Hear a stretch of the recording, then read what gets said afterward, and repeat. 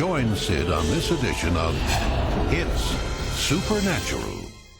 Hello, Sid Roth here with Rabbi Schneider. And the prophet Joel, it's just like it was written today, says in the last days that we are going to receive supernatural visions, supernatural dreams, in which God is going to literally direct our activities.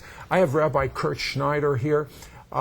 Kurt, the last thing in the world you ever thought you'd be is a Messianic Jewish rabbi, I'm sure. Ain't that the truth? Well, I mean, your big goal in life was to be the top wrestler in your high school.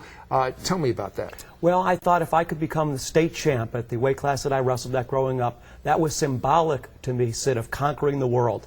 And I envisioned that I was going to become state champ, the referee was going to raise my hand, chills were going to go through my body, and then for the rest of my life I was just going to sit in the lounge chair on the beach and enjoy the sunshine and bask in the glory. I was not prepared for life after wrestling, and I came to a very rude awakening when I stepped off that wrestling mat after wrestling my last match in high school. Well, I assume you lost. You know, I don't. Well, I would have had a loss because I would have been in the state tournament. So there, yeah, that is true. I got to the place that in my own mind I kind of achieved my goal in the sense that I was wrestling at a level where I felt there was nobody that I couldn't beat, but I never did achieve the goal of becoming state champ, although I did get a small scholarship to college. But the thing is that wrestling to me, my world was made up of people that wrestled in my weight class, and I didn't think beyond that. And obviously life is much bigger than people that wrestled 119 pounds in high school. Okay, so you're frustrated, and you do what I did. I come from a traditional Jewish background, and I figured that money will bring me happiness. Personally, I got into the New Age. You started reading books about gurus, and one night, what happened to you? At the age of 20 years old in 1978, as I slept in my bedroom, said in Pepper Pug, Ohio, an eastern suburb of Cleveland, at 3:30 in the morning, the Lord awoke me from my sleep. Now, let me say that no one had ever talked to me about Jesus. I was bar mitzvahed in a conservative home. Wait a second, you're in Christian America. What do you mean no one ever talked to you about Jesus? All my friends were Jewish. I only had one friend. I only had one friend growing up that wasn't Jewish, and he happened to wear a big cross around his neck, but not because he was a Christian. He was the toughest Italian in the high school, and I used to follow him around just to watch him beat people up. So no one told me about Jesus. Okay, so you had no no frame of reference whatsoever. Zero. And this night at 20 years old, I was lost in life. Wrestling had ended. I lacked identity. I lacked purpose. I was reading a book at the time, as you said, about a guru from India, that in the book there were pictures of him levitating off the ground. I said, God, I said, if this is real, I said, I want to be able to do this. And it was during that time of seeking, at the age of 20, that the Lord awoke me, 3:30 in the morning, and suddenly with my eyes closed, said I was aware that something was happening. It was as if I was being supernaturally transported into another dimension. It lasted no more than 3 seconds. Jesus appeared on the cross in this vision in the night. It was in color. I could see the terrain that the cross was staked in. There were people in the distance that looked on at him, even as I read about later in the New Testament that they looked on from a distance, and then a ray of red light beamed down on his head. And when I saw, Sid, the ray of red light from straight through the sky beam down on Yeshua's head, I knew that it was coming from God because the beam was coming from straight above, and that God was telling me that he was connected to Jesus. It lasted, like I said, no more than 3 seconds, but I knew that God had revealed himself to me. I got out of my bed, looked at my clock radio, like I said, it was 3:30 in the morning, and that was the beginning for me of seeking after Yeshua, Jesus. So what if someone that doesn't know any Christians now believes that Jesus is real, obviously by this experience? In fact, it was almost as if you saw him being crucified.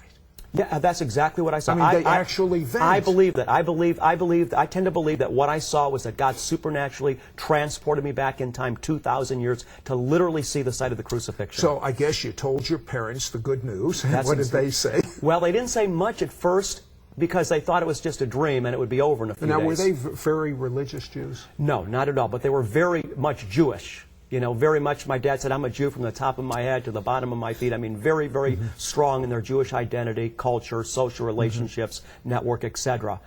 So they didn't react much at first because they thought I would stop talking about it in a day. But when they saw that I was serious and I didn't stop talking about it. It's a fad, he'll outgrow it. Exactly.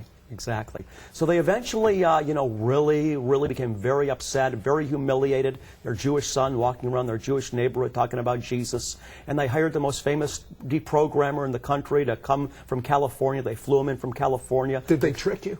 They did trick me. Really? How'd they do that? Well, my dad told me we were going to go talk to somebody about purchasing a restaurant. And so I thought we were going to be in business together. Well, he had some business, but it wasn't for me to be in the restaurant business with him. And basically, we walked into a hotel room, and the door shut behind me, and the deprogrammer said, he was there with two guys that were kind of his, bodyguards, and he said, we're going to talk about cults. And from that point on, I couldn't leave. I mean, I physically had one of them. Did you ask to leave? Yes, I did. I said, I'm not programmed. And he said, well, you've got nothing to worry about. I stood up, I said, well, can I leave? And one of his bodyguards said, sit down. So they took me to California for a couple of weeks. Their idea was if we can get him away from whoever is programming him, then he'll snap out of it. I felt bad for my parents, actually, that they spent so much money. It cost them thousands and thousands of dollars. I felt bad for them that they wasted so much money. But wait a second, you just had this vision out of the blue. Had you started reading the Bible? No, I knew nothing about Jesus. Jesus was a non-issue for me. I mean, I never thought about him, never talked about him one way or the other. That is amazing. So this deprogramming, it doesn't sound like it worked? It didn't do. You know what? It was a shame because they didn't even really do anything. Once the initial session was over, they took me to California to their rehabilitation house, which was just, again, to get me away from whatever they thought was programming me. They took me to the beach in the day and the bars at night, and that was it. Yes, but then how come you ended up in a mental institution? Because when that didn't work, they figured we got to do something. So they hired a Jewish psychiatrist from Cleveland, with the agenda up front before even having met me, I believe, of getting me probated to the mental ward so that they could do whatever to snap me out of this thing. And one day I came home and they said, we've got somebody coming over. And this Jewish psychiatrist comes over and we sit down. And I begin to tell him about Jesus and what would have happened to me if it wasn't for Jesus. And I literally, was impressed with myself that I had such a strong witness, I felt. I'm impressed. To this Jewish psychiatrist. But he just sat there and listened, and he was just waiting to bait me, so that I would tell him I had a vision of Jesus. And then what he did is he went to the courts and said, this guy's delusional. We need to get this guy where we can help him. And so, I came home a few days after that. There were some suitcases that were sitting at the door. And I walked in, and my parents said, listen, we've probated you to the mental, to the mental institution. And was this a legal thing? You could not say, I'm sorry, I'm not going on this trip? In 2 months, they give you a hearing. And so they released me then at the 2 months. It wasn't actually a mental ward. It was the psychiatric wing of a hospital. Sounds the same to me, but I'll tell you something. This must have been quite an impression on Kurt. From no framework at all to literally be an eyewitness of Jesus dying for him. Well, let me tell you something. God is using this young man in a way that is going to so benefit you, in a way that you will understand your dreams clearer than you ever have before. Be right back after this word.